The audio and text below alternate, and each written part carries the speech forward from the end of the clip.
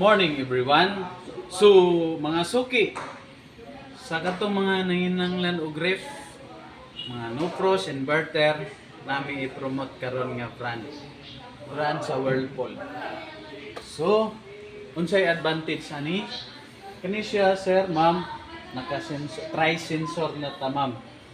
Ang tri-sensor, masins na niya ang temperatura sa atong palibot.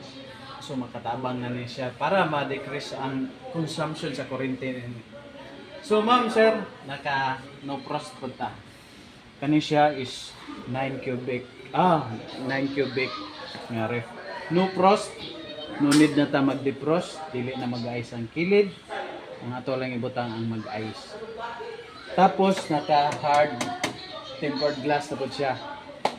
Ang advantage niya ma'am sir, kani siya is na siya ay nano deodorizer. So, ang abaho niya ma'am is yang i-absorb. Odorless na siya. Tapos natay isa ka brand. Nana po siya ko ano? Ice cream tree. Na siya ay ice cream tree. Tapos kanang ice cream ng mga leftover nga ice cream ato ay preserved dere. Mabalik yung texture niya ma'am. Tapos na siya ay na siya ay pang ice cube. Ah, pang ice cube ni siya. Ice cube ni siya. Diri na to ibutang atong kuan. Tubig ice okay. cube. Tapos pag twist lang na to. Like this lang. Ang advantage niya, para sa man yung twist niya. Ah, para mayabo diri. para mayabo pag twist na to, tagak niyang ice. Talaw na to ha. Diretso. Oh. Tara oh. So diri nakamakuha og ice. Diretso. Tapos napod siya yung safety lock. For example, mga bata nga kung kayo kubi kayo, pwede na nato siya i-lock.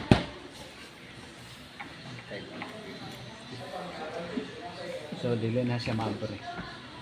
Kanang mga bata nga badlungon kayo abre sirado sa ref para maiwasan nato ang kuan kana mga bata nga badlungon si mga buwak atong glass ma'am. Ito lang ilat na siya ay safety lock. Tapos na po tayo gamay ani. Kani siya. The same picture lang gyapon siya. Mas barato siya.